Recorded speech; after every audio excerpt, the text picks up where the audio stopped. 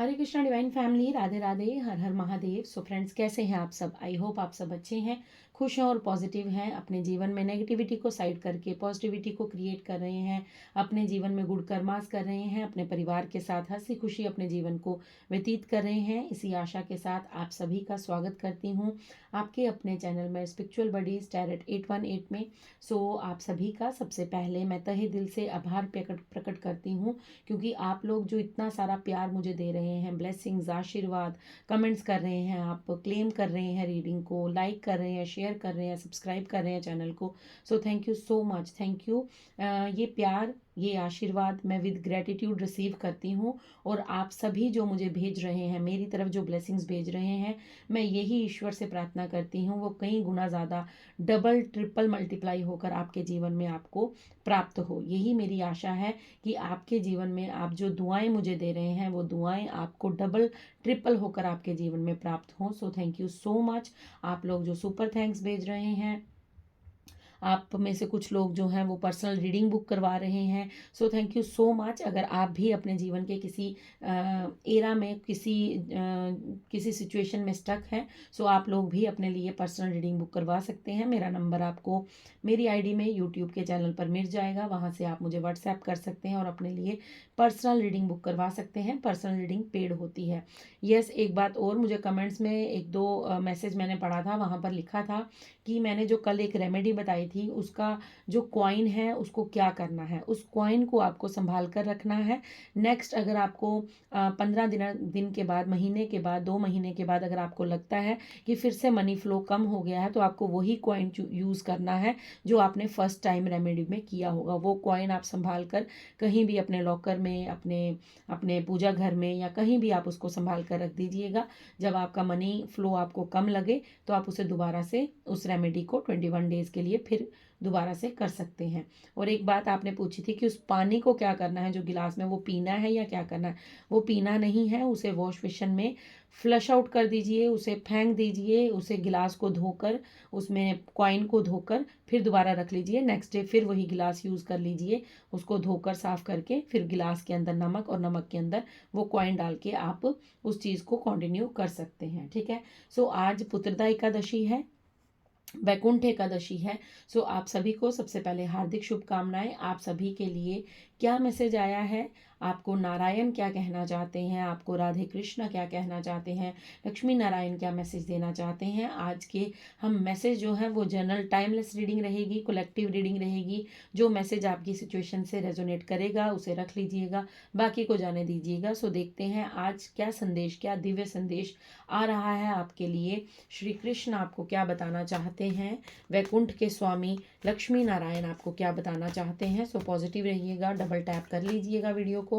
ठीक है। चैनल को अगर अभी तक आपने सब्सक्राइब नहीं किया है सो प्लीज़ सब्सक्राइब कीजिएगा। Thank you so much. Open minded होकर वीडियो को देखिएगा, जो मैसेज आपसे रेजोनेट करता है उसे रखिएगा, बाकी को जाने दीजिएगा, क्योंकि कलेक्टिव रीडिंग होती है। हर मैसेज आपसे रेजोनेट हो ऐसा पॉसिबल नहीं है, बट बहुत से लोगों के साथ रेजोनेट हो रही है। सो यूनिवर्स जिसे जो मैसेज देना चाहते हैं वहाँ तक ये रीडिंग ज़रूर पहुँच जाती है। सो थैंक यू सो मच। कुछ भी अपने ऊपर ज़्यादा फोर्सफुली अपने आप को किसी भी चीज़ के साथ कनेक्ट करने की ज़रूरत नहीं है। जो आपके लिए संदेश होगा वो आप खुद रेजोनेट कर जाएंगे कि यस ये मेरे लिए है, मेरी सिचुएशन के अकॉर्डिंग है। Thank you so much, thank you. ओम नमो भगवते वासुदेवाय, ओम नमो भगवते वासुदेवाय। सो आप लोगों को भजन बहुत पसंद आता है, ठीक है। अब मैं भजन गुनगुनाती हूँ। सो आप लोगों को बहुत अच्छा लगता है। मुझे बहुत से कमेंट्स आए थे कि आपकी आवाज़ बहुत अच्छी है, आप बहुत अच्छा गाते हैं। सो थैंक यू सो मच। सब कृपा है श्री हरि की, सब कृपा है शिव शक्ति की। सो थैंक यू सो मच आप सभी के प्यार और आशीर्वाद के लिए। Thank you. ओके। सो सबसे पहला आपका जो मैसेज है वो है डिज़ायरलेस, रेगुलेटेड एंड आपके लिए यहाँ पर। Okay. So protected, equal and respectful. Okay. पता नहीं क्यों, लेकिन इंट्यूशन ने कहा कि लास्ट डेक के बॉटम डेक के 3 कार्ड और लेने हैं, सो मैंने ले लिए।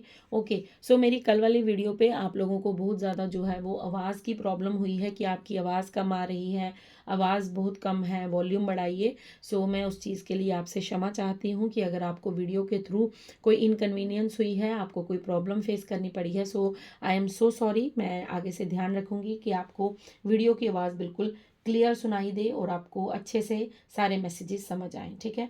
सो सॉरी, मुझे क्षमा कीजिएगा। ओके, सो सबसे पहला यहाँ पर आपको जो मैसेज दिया जा रहा है डिज़ायरलेस का, आपको यहाँ पर वैकुंठ एकादशी पर आपको श्री नारायण ये बताना चाहते हैं, ये कहना चाहते हैं कि आप किसी भी कार्य को कर रहे हैं उसे डिज़ायरलेस होकर कीजिए। मतलब आप निस्वार्थ भाव से कीजिए। आप चाहे किसी की सेवा कर रहे हैं, कोई मंत्र जाप कर रहे हैं, कोई चैंटिंग कर रहे हैं, कोई आप मेडिटेशन कर रहे हैं, तो ये मत सोचिए कि अब मैं ये करूँगा तो मुझे इसके बदले क्या मिलेगा। या कई बार ऐसा होता है ना कि हम लोग 3D वर्ल्ड में हैं, तो हम लोग क्या करते हैं कि हम ऐसा करते हैं कि हम लक्ष्मी माँ की पूजा करेंगे तो हमें जल्दी धन मिल जाएगा, हम भोलेनाथ की पूजा करेंगे तो हमारे एग्ज़ाम में नंबर अच्छे आ जाएंगे, हम काली माँ की पूजा करेंगे तो हमारे शत्रु एकदम से पता नहीं उनके साथ क्या हो जाएगा। सो आपको यहाँ पर ये चीज़ें सोचने की, समझने की ज़रूरत नहीं है। यहाँ पर आपको गोविंद कह रहे हैं कि आपको अपने जीवन में डिज़ायरलेस होकर आगे बढ़ना है। मतलब आपको किसी भी चीज़ की आशा नहीं रखनी है, होप नहीं रखनी है कि ये इंसान आएगा तभी मेरे जीवन में कुछ अच्छा होगा, या अगर कोई मुझे हेल्प करेगा तो तभी मैं अपने जीवन में आगे बढ़ पाऊंगा या आगे बढ़ पाऊंगी। सो आपको यहाँ पर कहा जा रहा है कि डिज़ायरलेस होकर अपने कार्य क्षेत्र में आगे बढ़ते रहिए। जब आपको जो मिलना होगा वो आपकी डेस्टिनी के अनुसार आपको मिल जाएगा। आपको सिर्फ मेहनत करनी है और अपनी, क्योंकि क्या होता है ना कि हम लोग जब उम्मीद बांधते हैं, हम लोग जब किसी चीज़ के साथ अपने ज़्यादा उस चीज़ में हम इन्वॉल्व हो जाते हैं, अटैच्ड हो जाते हैं, तो वहाँ पर हमें हमारी जो डिज़ायर हैं वो ब्रेक हो जाती हैं। जब वो वहाँ से हमें रिज़ल्ट नहीं मिलता, जब हमारा सोचा हुआ वहाँ पर सफल नहीं होता, तो हमें क्या होता है कि हम वहाँ पर मतलब दुखी हो जाते हैं, अपसेट हो जाते हैं। क्यों होते हैं? क्योंकि हमने पहले ही उस इंसान से, उस सिचुएशन से एक स्वार्थ बना लिया, एक अटैचमेंट बना लिया। जैसे कोई आपके जीवन में आया और आपने सोचा कि ये मेरे साथ सारी ज़िंदगी रहने वाला है, लेकिन थोड़े समय बाद उस इंसान को आप अच्छे नहीं लगे, या आप उसको अच्छे नहीं लगे, या वो आपको अच्छा नहीं लगा, या आपके जो अंडरस्टैंडिंग है वो सही नहीं बैठी, या फिर आप दोनों के बीच में किसी बात को लेकर क्लैश उत्पन्न हुआ, या फिर आपके बीच में कोई फाइनेंशियल इशू आ गया, तो हुआ क्या, आपने उससे पहले ही अपनी होप बांध ली थी। जब आपकी होप टूटी तो आप निराश हो गए और आपको लगा ये इंसान मेरे साथ गलत कर गया है। सो आपको किसी भी पर्सन के साथ, किसी भी सिचुएशन में, किसी भी चीज़ के साथ आपको स्वार्थ रखकर कोई भी काम नहीं करना है। मतलब आप कहीं जाते हैं तो स्वार्थ मत रखिए कि हाँ ये इंसान मेरी मदद करेगा, ये मुझे हेल्प करेगा, या ऐसा हो जाएगा, वैसा कुछ मत सोचिए। बिल्कुल निस्वार्थ भाव से आप अपने जीवन में अपने कार्य करते रहिए, आप आगे बढ़ते रहिए। आपके जीवन में जो होना होगा वो राइट टाइम पे हो जाएगा। यहाँ पर मैं रॉयल बोलने वाली थी क्योंकि यहाँ पर ये मुझे पिकॉक जो है वो रॉयल्टी को दिखाता है, ठीक है। इसको बोलते भी रॉयल ब्लू कलर है, अगर आपको मालूम होगा तो रॉयल ब्लू कलर आपने सुना होगा। सो रॉयल्टी क्या है? मतलब आपके जीवन में जो लिखा है, देखिए ज़रूरी नहीं है कि वनवास के बाद राजा नहीं बना जा सकता, ठीक है। जिसके भाग्य में राजा बनना लिखा था, ठीक है, राजा राम की बात कर रही हूँ, जिनके भाग्य में राजा बनना लिखा था, चाहे उन्हें 14 वर्ष का वनवास ही क्यों ना हो गया हो, लेकिन उसके पश्चात भी वो राजा वही बने थे। जिस सुबह उन्होंने राजा बनना था उसके एक रात्रि पहले ही उनकी माता जी ने जो था उन्हें वनवास निश्चित कर दिया था कि वो वनवास को जाएंगे। लेकिन भरत जी की जो दृढ़ता थी, भरत जी का जो प्रेम था अपने भाई के लिए, उनका जो निश्चय था कि मेरे राजा तो राजा राम ही बनेंगे, मेरे प्रभु राम ही बनेंगे, मेरे भ्राता राम ही बनेंगे। सो कहने का अर्थ ये है कि इतना सारा वनवास, 14 वर्ष का वनवास झेलने के बाद भी अगर राजा राम को राज्य मिला तो ये चीज़ आपके जीवन में भी लागू होती है, क्योंकि ईश्वर हमें अपने जो भी उन्होंने अवतार लिया है वहाँ से उन्होंने हमें कुछ ना कुछ सीख ज़रूर दी है। अगर आप रामायण पढ़ेंगे, आप अगर भगवत गीता पढ़ेंगे, भागवत पढ़ेंगे, या कुछ भी आप पढ़ेंगे जो हमारे ग्रंथ हैं, उनमें से आपको कुछ ना कुछ ज़रूर सीख मिलेगी। सो यहाँ से आपको ये सीखना चाहिए कि जिसके भाग्य में राज करना लिखा है उसे चाहे हज़ारों विपदा आ जाए, उसके चाहे हज़ारों साल चले जाएं,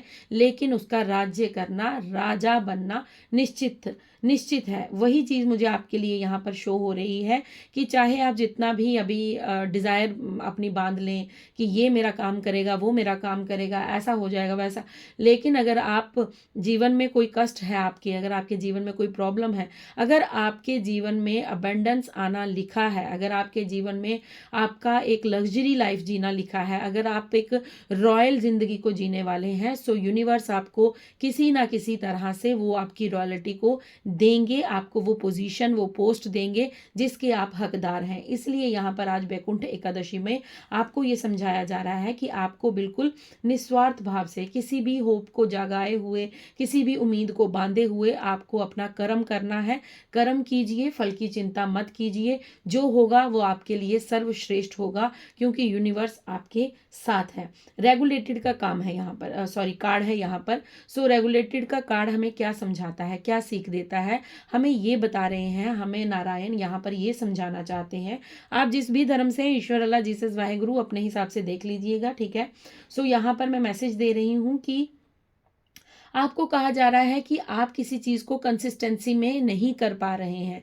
यहाँ पर आपको वैकुंठ के स्वामी ये बताना चाहते हैं कि आपको, जैसे जिस तरह आप रोज़ रोटी खाते हैं, जिस तरह आप रोज़ सोते हैं, जिस तरह आप रोज़ अपना दिनचर्या करते हैं, सो उसी तरह आपको प्रभु के स्मरण को भी रोज़ करना है, आपको मेहनत को भी रोज़ करना है। अगर आप किसी कार्य को स्टार्ट करने की सोच रहे हैं और उसमें अपना टाइम डिवोट नहीं कर पा रहे हैं, उस चीज़ में आप अपना टाइम नहीं दे पा रहे हैं, या फिर आप एक दिन करते हैं और 2 दिन नहीं करते हैं, अगर आप मेडिटेशन करना स्टार्ट कर रहे हैं तो एक दिन मेडिटेशन करते हैं, 4 दिन नहीं कर पाते हैं, या फिर आप नाम जप करना शुरू कर रहे हैं, एक माला करते हैं और उसके बाद 10 दिन आप माला को पूछते नहीं हैं, या फिर इससे मेडिटेशन करना स्टार्ट कर रहे हैं, या फिर योगा एक्सरसाइज आप कुछ भी स्टार्ट कर रहे हैं लेकिन उसे रेगुलर बेसिस पर आप नहीं कर पा रहे हैं। सो यहाँ पर वैकुंठ स्वामी आपको कह रहे हैं कि आपको अपने जीवन के अंदर कंसिस्टेंसी लानी होगी, आपको एक डिसिप्लिन वे में लाइफ जीनी होगी, तभी आपके जीवन में जो है वो सुधार हो सकता है। क्योंकि हम जिस चीज़ को, जिस तरह देखिए, हम रोज़ सोते हैं, फिर सुबह मॉर्निंग में उठते हैं, नहाते हैं, सारे काम करते हैं, ऑफिस जाते हैं, रोज़ ब्रेकफास्ट करते हैं, लंच करते हैं, डिनर करते हैं। ऐसा तो नहीं होता कि हमने एक दिन डिनर किया और उसके बाद हम 10 दिन तक डिनर को भूल जाए, या ऐसा तो नहीं। हाँ, कोई डाइटिंग कर रहा हो तो वो बात अलग है, बट फिर भी वो कुछ ना कुछ तो लेते ही हैं, सूप ले लेंगे, प्रोटीन शेक ले लेंगे, कुछ भी ले लेंगे, वो अपने हिसाब से देखेंगे, लेकिन हम रेगुलरिटी पे कुछ ना कुछ करते रहते हैं। लेकिन यहाँ पर आपको कहा जा रहा है कि आप रेगुलर नहीं हैं, आप कंसिस्टेंसी के साथ किसी कार्य को नहीं कर पा रहे हैं। यहाँ पर आपको ये संदेश दिया जा रहा है कि आपको अपने जीवन में इच्छा रहित होकर जिस भी कार्य को आप करना चाहते हैं उसमें कंसिस्टेंसी के साथ आगे बढ़िए। डिज़ायर मत रखिएगा कि मैं ये कर रहा हूँ तो मुझे इसके पश्चात क्या मिलेगा। जो आपको मिलेगा वो देखने लायक होगा, लेकिन वो सही समय पे आपको मिल जाएगा। लेकिन आपको सबसे पहले यहाँ पर कंसिस्टेंसी के लिए, रेगुलर होने के लिए कहा जा रहा है। जिस तरह एक माँ अपने बच्चे के लिए, अपने परिवार के लिए रेगुलर भोजन बनाती है, वो किसी भी टाइम उस भोजन को स्किप नहीं करती है। वो हमेशा, चाहे वो बीमार हो, चाहे वो सेहत उसकी अच्छी हो नहीं हो, लेकिन फिर भी वो अपनी फैमिली, अपने परिवार को भोजन बनाकर देगी, क्योंकि उसकी ड्यूटी है। तो उसी तरह आपको भी अपनी, देखिए ऑफिस में भी आप डेली जाते हैं, ठीक है, सुबह मॉर्निंग में आप उठते हैं तो डेली नहाते हैं। आपको यही कहा जा रहा है कि आप जिस भी कार्य को कर रहे हैं या आपको करने के लिए कहा जा रहा है, उसको आपको रेगुलर बेसिस पे करना होगा, उसको आपको कंसिस्टेंसी के साथ करना होगा। आपका बीच में ब्रेक करना या बीच में छोड़ देना फिर आपको वो रिजल्ट लाकर नहीं दे रहा है, इसलिए आप चिंतित हो रहे हैं। तभी आपको ऐसा लगता है कि मेरी तो विश पूरी नहीं हो रही, मेरे साथ तो कुछ भी अच्छा नहीं हो रहा, मैं ऐसा कर रहा हूँ, वैसा कर रहा हूँ। सो आप ये देखिए कि कमी कहाँ आ रही है। तो यहाँ पर कमी मुझे कंसिस्टेंसी में दिख रही है, आपके रेगुलर होने पर दिख रही है, ठीक है। देन आपके लिए यहाँ पर ये कार्ड है, ये कथा मुझे बहुत प्रिय है। मगर की कथा और एक हाथी की कथा जो है, ये मैं आपको शायद पहले भी सुना चुकी हूँ, अगर नहीं सुनाई है तो आज वैकुंठ एकादशी पर सुना रही हूँ। यहाँ पर एक हाथी जो था, उसको मगर ने उसकी जो टांग पकड़ ली, मतलब उसको खाने के लिए आया, और उसको जो हाथी था उसका जो, उसने सबसे पहले उस ईश्वर को पुकारा, मतलब ब्रह्मांड के स्वामी वैकुंठ स्वामी को पुकारा, ठीक है। यहाँ पर ये देखिए, नारायण ने एक सेकंड नहीं लगाया, उसकी पुकार सुनी और उसको बचाने के लिए आए, और सबसे पहले वैकुंठ स्वामी ने इस मगर का अंत किया। देन उसके बाद उन्होंने इस हाथी को भी उभार दिया। कहने का अर्थ ये है कि आपके ऊपर चाहे जितनी भी दुविधा हो, जो भी आपकी प्रॉब्लम हो, जो भी आप पर कष्ट हो, अगर आप ईश्वर को पुकार रहे हैं, अगर आप स्वामी को याद कर रहे हैं, अगर आप अपने प्रभु का नाम स्मरण कर रहे हैं, तो ईश्वर आपको यहाँ पर बताना चाहते हैं कि तुम पर जो भी विपदा आएगी उससे निपटने के लिए मैं हाजिर हूँ, मैं हरदम हाजिर हूँ। लेकिन तुम्हें उसके लिए रेगुलर होना पड़ेगा, तुम्हें उसके लिए कंसिस्टेंसी लानी पड़ेगी, क्योंकि नारायण हरदम हमारे साथ है, हमारे भीतर वास करते हैं। लेकिन हम लोग अपनी दुविधाओं में भूल जाते हैं। हमें देखिए, जब भी हमें कोई प्रॉब्लम होती है तो हम क्या करते हैं कि सबसे पहले हम अपना कोई साथ ढूंढते हैं कि कौन मेरी इसमें मदद करेगा, कौन मदद करेगा, कौन मदद करेगा। लेकिन जब हमें अपने इर्द गिर्द कोई मदद नजर नहीं आती, तब हम ईश्वर को पुकारते हैं। लेकिन यहाँ पर बैकुंठ स्वामी आपको ये कहना चाहते हैं कि आपके साथ तो मैं हरदम हूँ, आप मुझे पुकारो या ना पुकारो, लेकिन मैं तो आपको हर क्षण देख रहा हूँ, हर पल देख रहा हूँ। सो वो कहना चाहते हैं कि तुम्हारी विपदा में, तुम्हारे संकटों में मैं तुम्हारे साथ हूँ, लेकिन उसके लिए तुम्हें भी एफर्ट करना पड़ेगा। उसके लिए तुम्हें भी मुझ तक पहुंचने के लिए थोड़ा सा अपने डिसिप्लिन लाइफ में आना पड़ेगा। तुम्हें भी प्रतिदिन मेरा स्मरण करना पड़ेगा, तुम्हें भी प्रतिदिन नाम जप करना पड़ेगा, तुम्हें भी प्रतिदिन मुझे याद करना पड़ेगा। अगर तुम मुझे प्रतिदिन याद करते हो तो जब तुम पर कोई विपदा आएगी तो वो विपदा मैं हर ले जाऊंगा, क्योंकि तुमने मेरा नाम जो है वो हर पल याद किया होगा। देखिए, कहते हैं राम से बड़ा राम का नाम, हरि से बड़ा हरि का नाम। ठीक है, जब मैं यहाँ पर आपको एक छोटी सी बात और बताती हूँ, क्योंकि ये एक स्पिरिचुअल चैनल है। ठीक है, एक यहाँ पर स्पिरिचुअलिटी की बातें होती रहेंगी तो हमारा भी माइंड जो है वो एक्टिव रहेगा, हमें भी यहाँ पर समझ आती रहती है, क्योंकि ये चीज़ें बहुत सारी जो हेल्प करती हैं। सो यहाँ पर एक चीज़ मुझे बात याद आई कि जब राम जी ने एक पत्थर नदी में फेंका था, जब वो पुल बना रहे थे युद्ध के समय, जब उनको लंका जाना था, तो एक पत्थर फेंका था और वो डूब गया था। तो हनुमान जी ने जब राम नाम लिखकर एक पत्थर फेंका, छोड़ा था, तो वो तैरने लगा। तो राम जी ने हनुमान जी से पूछा कि ये कैसे हुआ। तो हनुमान जी ने कहा कि प्रभु, राम से बड़ा राम का नाम है, मतलब आपके हाथों से जो छूटेगा वो तो डूब ही जाएगा, क्योंकि राम ने उस पत्थर पर राम नहीं लिखा था, लेकिन राम जी ने उसको छोड़ दिया तो वो डूब गया। कहने का अर्थ है कि प्रभु जिसको छोड़ देंगे वो तो डूबेगा ही, अंततः उसका जो अंत है वो निश्चित ही होगा, मतलब वो कहीं का नहीं रहेगा।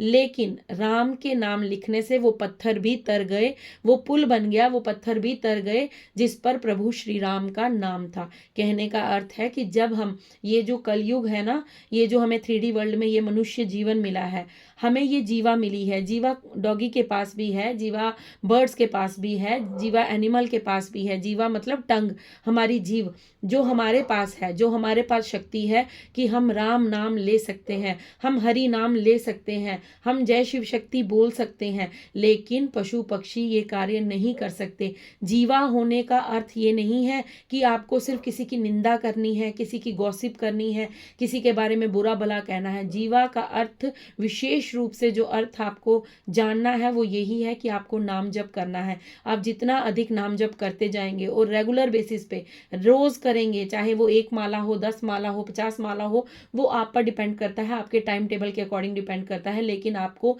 ईश्वर का नाम चलते फिरते, उठते बैठते सोते लेते रहना है। अगर आप ईश्वर का नाम लेते रहेंगे तो आप जीवन में ऐसी बदलाव देखेंगे। आप जिस रॉयल्टी के लिए तरस रहे हैं, आप जिस अमीरी, यहाँ पर मुझे शब्द आ रहा है, हो सकता है कुछ लोग बहुत ज़्यादा लग्जरी लाइफ जीना चाहते हैं। सो आप जिस अमीरी के लिए तरस रहे हैं, आपको ऐसा लगता है कि बहुत सारा धन होगा तो मैं खुश हो जाऊंगा, लेकिन आपको यहाँ पर ये कहा जा रहा है कि अगर आप रेगुलर बेसिस पे दिन रात जब भी आपको समय मिलता है, या उठते बैठते चलते फिरते खाते, अगर आप ईश्वर का स्मरण करते हैं, ईश्वर को याद करते हैं, डिज़ायरलेस होकर किसी भी कार्य को अपनी श्रद्धापूर्वक, अपनी डेडिकेशन के साथ, हार्ड वर्क के साथ करते हैं, तो आप रॉयल्टी की बात करते हैं। मैं यहाँ पर आपको ये कह सकती हूँ कि आप जिस चीज़ पर हाथ रखेंगे वो आपकी हो जाएगी, लेकिन उसके लिए प्रभु का साथ ज़रूरी है, ईश्वर का साथ ज़रूरी है, और कंसिस्टेंसी में काम करना ज़रूरी है। आपको यहाँ पर पता भी नहीं होगा, मालूम भी नहीं होगा कि कहाँ से इंतज़ाम हो गया, कहाँ से मनी आ गई,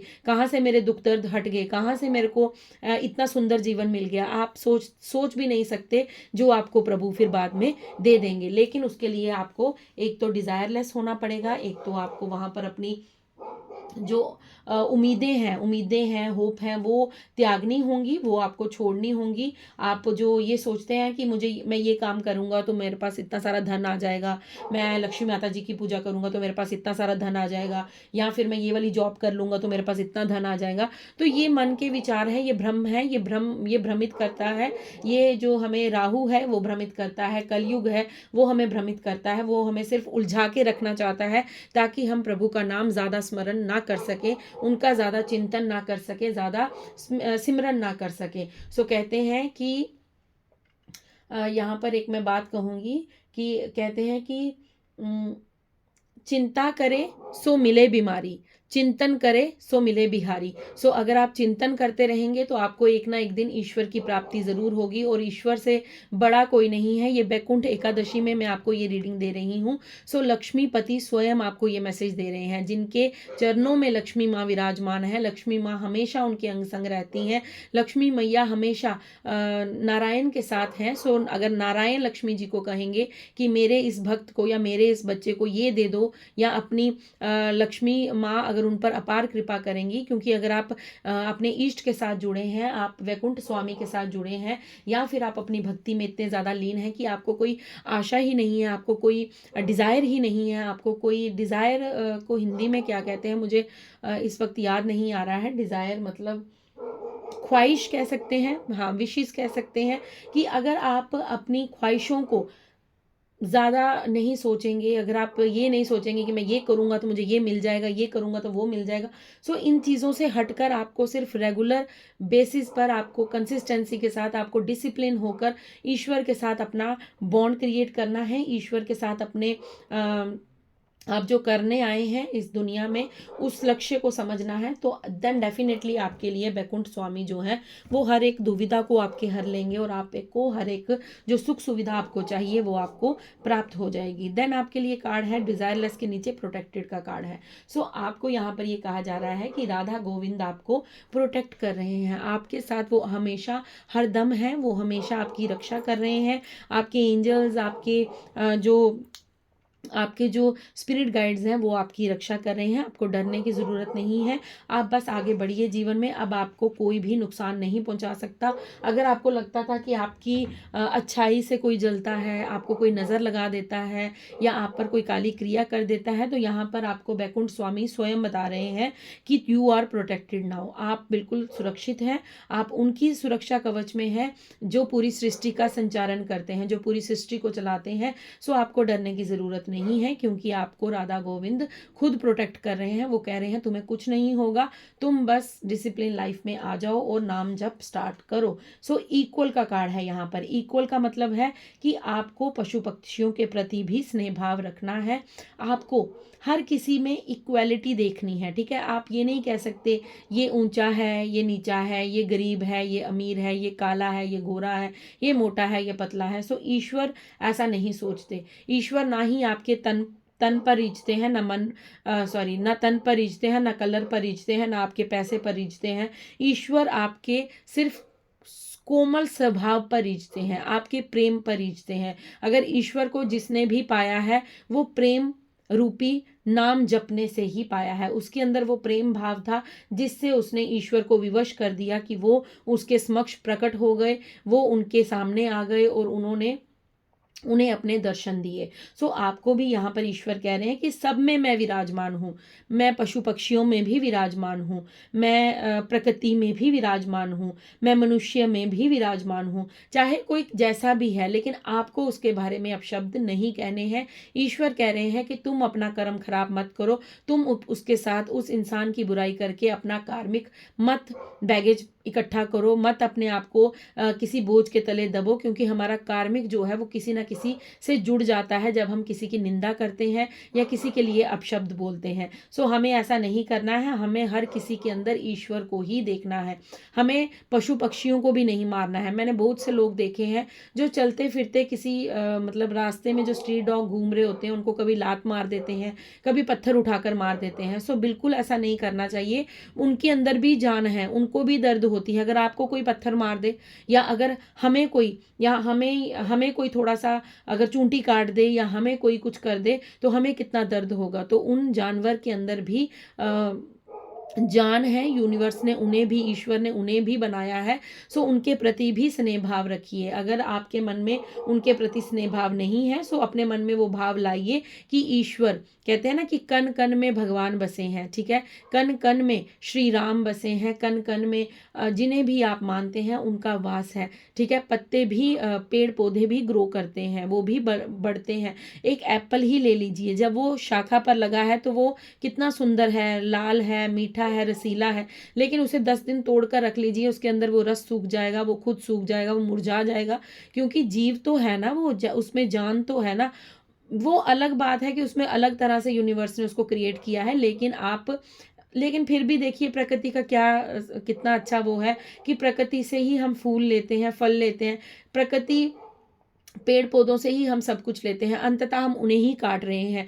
जिस पेड़ से हमें ऑक्सीजन मिलती है उसी पेड़ को हम काट रहे हैं, जिस पेड़ से हमारा जीवन है उसी पेड़ को हम नष्ट कर रहे हैं। सो ये विडंबना है, संसार की विडंबना है, ये कलयुग की विडंबना है, हम नहीं जानते, लेकिन चलिए अपनी तरफ से हम कोशिश करेंगे। सो यहाँ पर आपको वैकुंठ स्वामी ये बताना चाहते हैं कि आपको प्रकृति के प्रति भी स्नेह भाव रखना है, आपको पेड़ पौधे लगाने हैं, आपको पेड़ पौधों के साथ उन्हें वाटरिंग कीजिए, उनकी थोड़ा सा देखभाल कीजिए, फूल लगाइए, फल लगाइए, और पशु पक्षियों के प्रति भी स्नेह भाव रखिए, क्योंकि सब में ईश्वर विराजमान है। आप जिसमें भी ईश्वर को ढूंढेंगे, ईश्वर आपको वहीं पर प्राप्त हो जाएंगे। सो आपके लिए नेक्स्ट लास्ट कार्ड है, चतुर्भुज खुद आए हैं। देखिए मैं वैकुंठ स्वामी बोल रही हूँ। सो यहाँ पर आपको, इस कार्ड में भी आपको भगवान नारायण के दर्शन हो रहे हैं, देन इस कार्ड में भी आपको भगवान नारायण के दर्शन हो रहे हैं। सो डेफिनेटली यहाँ पर भी भगवान गरुड़ पर सवार होकर आए हैं। सो डेफिनेटली आपके लिए ये वैकुंठ स्वामी का मैसेज है। सो एकादशी पर रीडिंग है, सो क्लेम करना बिल्कुल मत भूलिएगा। यहाँ पर आपको कहा जा रहा है कि आप जिस पास्ट में जैसे आपको कोई इज्जत नहीं मिली है, आपको किसी से रिस्पेक्ट नहीं मिली है, आपको निंदा का सामना करना पड़ा है, आपके जीवन में कुछ ऐसा घटित हुआ जिससे लोगों ने आप पर उंगलियां उठाई हैं, आपके करेक्टर पर, आपके मान सम्मान पर, आपको नीचा दिखाने की कोशिश, नीचा गिराने की कोशिश की। सो यूनिवर्स आपको कह रहे हैं, वैकुंठ स्वामी आपको कह रहे हैं कि आपको इज्जत के लिए या किसी भी, देखिए आप ईश्वर के नज़र में अगर अपनी जगह बना पा रहे हैं तो आपको दुनिया की नज़र में जगह बनाने की ज़रूरत नहीं होती, वो फिर ईश्वर का कार्य है, वो देख लेंगे। सो यहाँ पर रिस्पेक्टफुल का कार्ड मुझे यही बता रहा है कि आपके जीवन में जो आपने अभी तक अपनी रिस्पेक्ट नहीं पाई है, वो समय आ चुका है जब दुनिया आपकी रिस्पेक्ट करेगी, आपके अपने आपके रिस्पेक्ट करेंगे। जिन्होंने आपको नीचा दिखाया था, जिन्होंने आपको नीचे गिराने की कोशिश की थी, वो लोग भी अब आपकी इज्जत मान सम्मान करेंगे, क्योंकि ये उन्हें ये समझ आ जाएगा कि आप कौन हैं और आपके अंदर क्या कैपेबिलिटी, क्या पावर है। और आप अगर यूनिवर्स के साथ, आप अगर ईश्वर के साथ, अपने इष्ट के साथ जुड़े हुए हैं, सो आपको कोई भी अब निंदा नहीं सुननी मिलेगी। जो हो गया पास्ट में वो हो गया, उसे जाने दीजिए। सो आपको यहाँ पर एक चीज़ ये कही जा रही है कि बस आप भजन कीर्तन, संतों का संग कीजिए, अच्छे लोगों में बैठिए, अच्छे लोगों में उठिए। और आपको यहाँ पर कहा जा रहा है कि आपको ना मतलब गो विद द फ्लो चलना है, ठीक है। आपको विलीन होना है, आपको लीन होना है, आपको अपनी स्पिरिचुअलिटी को आगे बढ़ाना है, आपकी प्यूरिफिकेशन हो जाएगी। क्योंकि हम लोग जब ये मनुष्य जन्म में आते हैं तो हम लोग ये डेफिनेटली है कि हम कोई ना कोई पीछे ऐसा कर्मा करके आए हैं जिसकी शुद्धि के लिए हमें यहाँ पर धरती पे भेजा जाता है। हमें मनुष्य जन्म इसलिए मिलता है कि जब हम कुछ ऐसा कर्म कर देते हैं जिसको अभी शुद्ध करना बाकी होता है, तो ईश्वर हमें कहते हैं कि जाओ धरती पर और इस कर्म को शुद्ध करके आओ, मतलब खुद को शुद्ध करके आओ। हो सकता है हमारे पास्ट में हमने क्या कर्म किए हैं हम नहीं जानते, सो उसकी प्यूरिफिकेशन के लिए हमें यहाँ पर भेजा जाता है। इसलिए आप लोगों की प्यूरिफिकेशन के लिए आपको यहाँ पर भेजा गया है, मुझे भी भेजा गया है। सो ये अपने सोल पर्पस को जानिए, ईश्वर और संतों का संग कीजिए, अच्छी अच्छी बातें सुनिए, अच्छे अच्छे कार्य कीजिए, और अपने आप को भजन में, कीर्तन में, नाम जप में थोड़ा सा मन लगाइए। रेगुलर बेसिस पर नाम जप कीजिए, बिल्कुल भी आपको डोलना नहीं है, अपने मार्ग से भटकना नहीं है, क्योंकि आपका भी जो मार्ग है वो स्पिरिचुअल जर्नी है। आप भी स्पिरिचुअलिटी की ओर, देखिए इतने सारे लोग हैं दुनिया में, कितनी कितनी जनसंख्या है हमारी, बहुत ज़्यादा, लेकिन अगर उसमें से ये रीडिंग केवल आप लोगों तक पहुंच रही है, आप लोग इसे सुन पा रहे हैं, सो डेफिनेटली आप कुछ स्पेशल वन है, आप कुछ चूजन वन है, आपको यहाँ पर यूनिवर्स ने चुना हुआ है, इसलिए आपको वैकुंठ स्वामी जो है वो ये मैसेज दे रहे हैं। सो आई होप आपसे रीडिंग रेजोनेट हो और ये जो मैसेज आपको मिले हैं ये आपके लिए हेल्पफुल हो, और जो भी आज यहाँ पर स्पिरिचुअल बातें हुई हैं उससे आपके जीवन में कुछ ना कुछ परिवर्तन ज़रूर आए। सो इसी आशा के साथ मैं इस रीडिंग को यहाँ पर क्लोज करती हूँ। अब हम भजन सुनेंगे, अपने जीवा और अपनी आत्मा को पवित्र करेंगे, उसके बाद मैं आपसे विदा लूँगी, फिर मैं आपको कल मिलूँगी, ठीक है। सो चलिए भजन सुनते हैं।